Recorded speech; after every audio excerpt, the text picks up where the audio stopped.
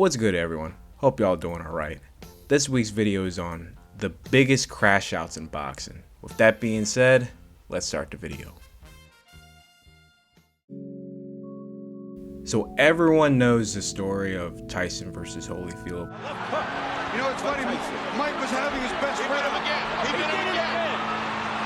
Mike Tyson has bit Evander Holyfield for the second time. And He won. He won. He's a big one. how he beat him twice? He beat him in both years. He disqualified. He did not beat That's that. That's it. He's gone. No one knows the irreparable, catastrophic damages Tyson caused to the boxing economy and to Showtime. More fighting in the ring after the end of the fight. Tyson's trying to get at Holyfield again, I believe. It is complete bedlam, and Tyson is just taking swipes at anybody in front of him. All I know is Mike got a cut over his eye, 3 inches long. Evander got a little nip on his ear that don't mean nothing. Mike and wanted at the bottom line, he jumped around like a little bitch. That's what he did. This is like a $250 to $500 million crash out right here, to where Showtime did not recover till 2010 from these damages. Coming into the early 90s, Showtime became the key rival to HBO. Don King became the key figure to Showtime becoming the leader in the boxing TV network war. When Tyson got out of prison, this resulted in a historic 8-10 fight, $120 million deal to Tyson. Don King received a 6-fight exclusivity deal at the MGM Grand and received 618,557 shares of the MGM Grand stock, which was worth in between $5 to $6 per share. MGM had recently gone public in 1990 on the NASDAQ, with shares costing $3.64. Their first event under this partnership with the Peter McNeely fight will be a massive success to the network, MGM, and Don King, raking in $96 million to 2025's adjusted inflation. They made $201,400,000. Tyson, his next fight with the adjusted inflation, will bring in $121 million. Also to note, with the McNeely fight, a lot of foreign investment was pouring in for overseas sponsors and airing rights. His comeback, regardless who he was fighting, was a cultural event.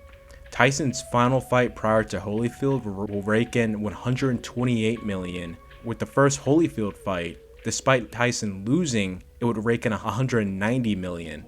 The rematch was a cultural event because Tyson's build-up to reclaiming what he lost and Holyfield's return to form. Everyone wanted in. MGM gate sales doubled, $44 million alone, and from foreign investment, sponsors, and foreign airing rights, for this fight to total upwards of $400 to $500 million in total generated revenue. Tyson's meltdown, biting Holyfield twice, resulting in the fight to end in a disqualification, and the crash out at the end had gave boxing such a bad rep. Vegas revoked Tyson's license. This resulted in the MGM Grand to sever their relationship with Don King, and they forced Don King to sell all 618,557 shares back to the MGM Grand. This caused shockwaves within Showtime. The best way to compare this is to think of Mike Tyson as LeBron James. Showtime is the Cleveland Cavaliers. The fighters under Showtime's banner is the residents of Cleveland and local business owners.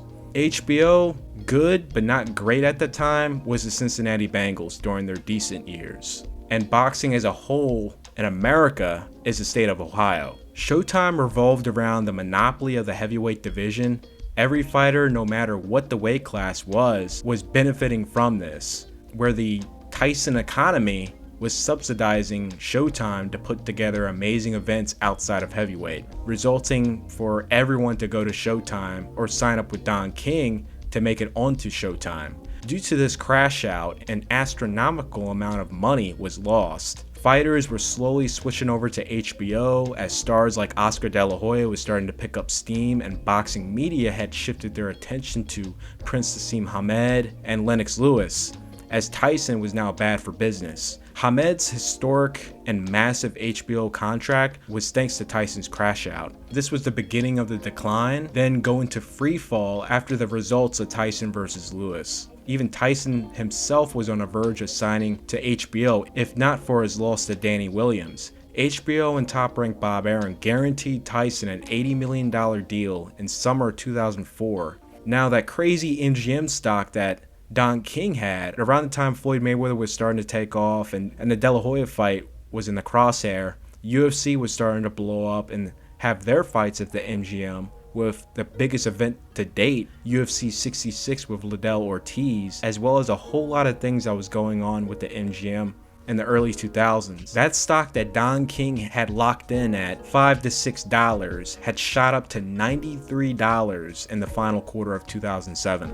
November 2001, IBF champion Zab Judah was set to unify against WBA and WBC champion Costa Tszyu for the undisputed junior welterweight title. Despite Tszyu being a 3-1 underdog, this was Judah's biggest outing. I believe since he didn't make it on the Olympic team and go to the Olympics to get a medal, that greatly affected his reach of becoming popular in the sport early on compared to the likes of Floyd Mayweather, which both Floyd and Zab were featured in a Raekwon the Chef video from 1999. This would be Judah's biggest opportunity to cross over onto the mainstream and the biggest venue he would fight in up to date. He would start out fast, beating Tszyu to the punch. The difference in speed was insane. However, Judah got a little too comfortable in the second, and in Judah's own words, I go to the corner, I'm like, yo, I got this dude, yo. And my father like, no, keep your hands up, stay focused, handle your business first. And I'm like, yeah, all right, whatever. So I go out there, drop my hands, start backing up, looking pretty, just kind of styling on him, looking, you know what I'm saying? I go backwards, and he caught me, bop. Tszyu, who remained patient, would find one of his only connections in the fight and floor Zab. This round was Crashouts clearly evening things up. And ending strong. Down he goes. Zab would make the huge mistake of not gathering his composure and get up. Instead, he immediately jumps up like there was nothing wrong, to later find out his legs were completely gone, resulting for him to topple back down to the canvas. Jane 80 was forced to stop the fight, and Judah, clearly frustrated at the situation, will put it all out on Jay, putting gloves on him. After being restrained, he would then throw the stool. Judah would soon be escorted to the locker room. He would receive a 6-month suspension and $75,000 fine. Before we get back to the video, be sure to hit that like button and subscribe. Shout out to the early viewers that are doing their best to get the video out there for the rest of the folks to see. The last video received more likes and comments within 10 hours than any upload this year. However, YouTube throttled it to hell to where it's reaching nobody as of now. I'm sorry this has happened. Your efforts have not gone to vain. I am not in a position to do another resume audit right now, but I promise to do one later down the road. I appreciate the support, and let's get back to the video. This isn't Lopez's first rodeo in Crashouts. After his rematch against Salido, one of the last great fights from the Mexico versus Puerto Rico rivalry, Lopez would cast a cloud on such a great fight by going on the record during the post-fight interview labeling the ref a gambler, which resulted in a $10,000 fine and 100 hours of community service. Now fast forward 5 years later, once again in his backyard of Puerto Rico, there will be another crash out due to his rivalry that if you're not from Puerto Rico, you would have never known, because the coverage of the story coming to this fight was very poor. Mostly due to the fact that both guys' better days are long gone in the eyes of the casual stateside audience. However, this was a hot sell in Puerto Rico at the gate, but still not pay-per-view worthy. I'll leave this up to give you the idea that both parties absolutely hated each other. And as much as the comment section laughed at this matchup, looking at the broadcast, this was a sellout gate. This was a rather entertaining fight from both guys. They were fighting at an elevated level despite being so far gone. However, pride was on the line. It was very close, well contested by both guys. Vasquez fighting on with a damaged eye would create openings for Lopez to gain an upper hand in the fight, and that would come in the 11th round. Lopez would get him out of there in the final minute. Go now. Good left hand.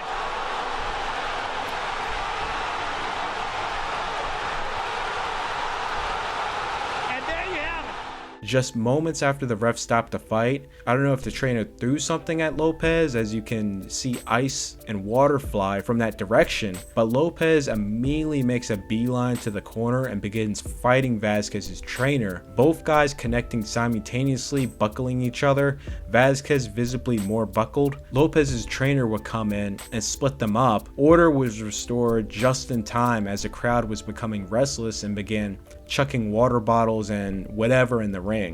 We're getting soaked. And now we're getting soaked here. It is getting ugly.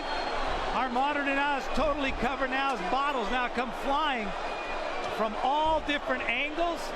There will be a proper ending to the fight, with both guys embracing each other and showing sportsmanship. However, the damage was already done, resulting in both Lopez and the trainer to be fined and suspended.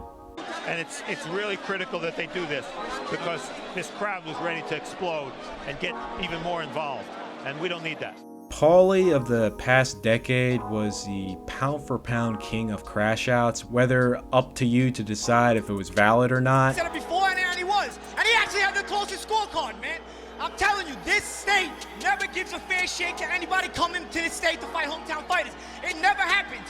All the way back to it never happens. Putting the decision. In 2013, Paulie would cross over into the mainstream with this one. There was some out-of-the-ring drama and beef with Paulie and Broner in regards to Paulie's side piece, to where Paulie bet his side piece if he were to lose to Broner. This bet, which sounds like a plotline to a Jersey Shore episode, was meant to be handled behind closed doors and not brought out to the open, which Broner did during the post-fight interview. Negative.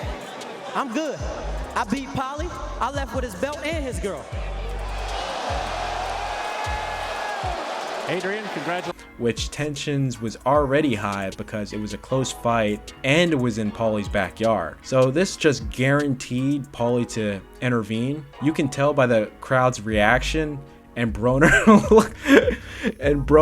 looking over that this fight this was going to be a classic moment. Adrian, congratulations on winning the title. Paulie, come on in. Hey, I'm just saying, you lost. I know I lost. But don't, Hold on, wait. Don't brag about taking my side piece. Don't brag about taking my side piece, though. That's my side piece. You don't get lazy. All right. Richard Grant was a super middleweight journeyman with a record of 13-8 that went on a string of wins. This would land himself in a fight against former IBF titleist and ranked super middleweight James Butler. Butler just came off a loss against IBF champion Sven Ocht. This was a comeback fight to set James Butler up for another title run at super middleweight. However, the underdog Grant would outbox him to a decision, ending his comeback run with his career now in jeopardy. Grant as confident as ever. Could make up for the first miss. But if you stay in front, he may catch you with this second. You must fall in. It's just, you can see. This is where Grant must not play. Butler, who couldn't accept the loss, was filled with anger and hate as Grant walked over to shake Butler's hand already up to shake his hand. Butler would sucker punch Grant in the face, breaking his jaw. Richard Grant in the mild upset, a unanimous decision victory. Oh, look at this. Butler. Whoa! Butler just ran across the ring. Butler just went over there and sucker punched and knocked out Grant. Grant would immediately be apprehended. The new boxing commissioner made an example of Butler, as this was a complete embarrassment and bad look to boxing, as this was a special 9/11 fundraiser event. He would also be arrested on site, convicted, and sent to prison. James Butler should never be allowed in the ring again. Absolutely. Never. That's assault. That is assault. He should be arrested on the spot. He should be arrested right on the spot. That is assault and battery.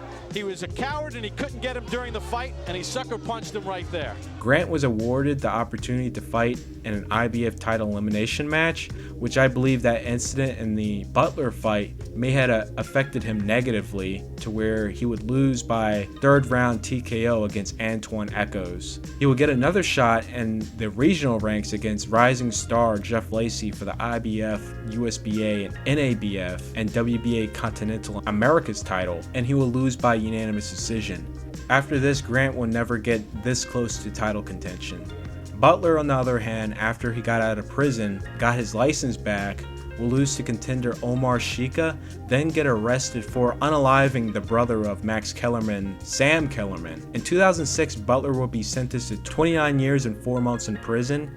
He's set to be released in 2035. A lot on the line with this rematch here. Usyk wins, he could finally move on to face Tyson Fury and become the first undisputed heavyweight champion that was undisputed at cruiserweight since Evander Holyfield. If Joshua pulls through and wins, he can get back on track to face Fury in UK's biggest championship fight in history, more than likely on UK soil. Joshua doesn't really improve much from this fight. He doesn't use his God-given range and size to hold and slow down Usyk. Usyk was able to win by split decision. Joshua would congratulate the team, then take the belts, throw the belts below the ring apron onto the broadcast and judging desk.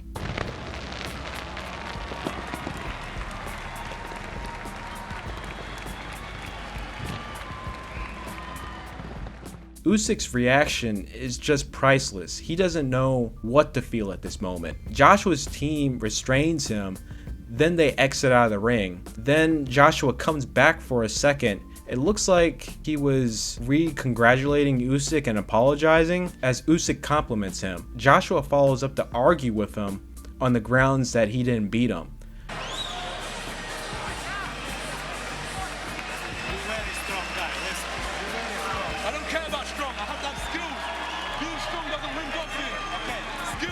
Yeah, okay. You're not strong. How did you beat me? Let's do this. How? Because of skills. Let's do this. I had character.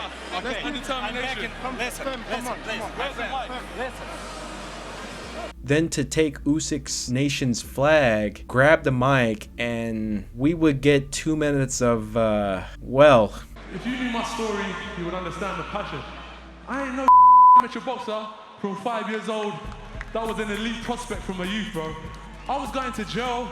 I see some hype little youths in Reading jail. I got bail and I started training. Guys, I'm telling you, this guy, to beat me tonight, maybe I could have done better, but it shows the levels of hard work he must have put in.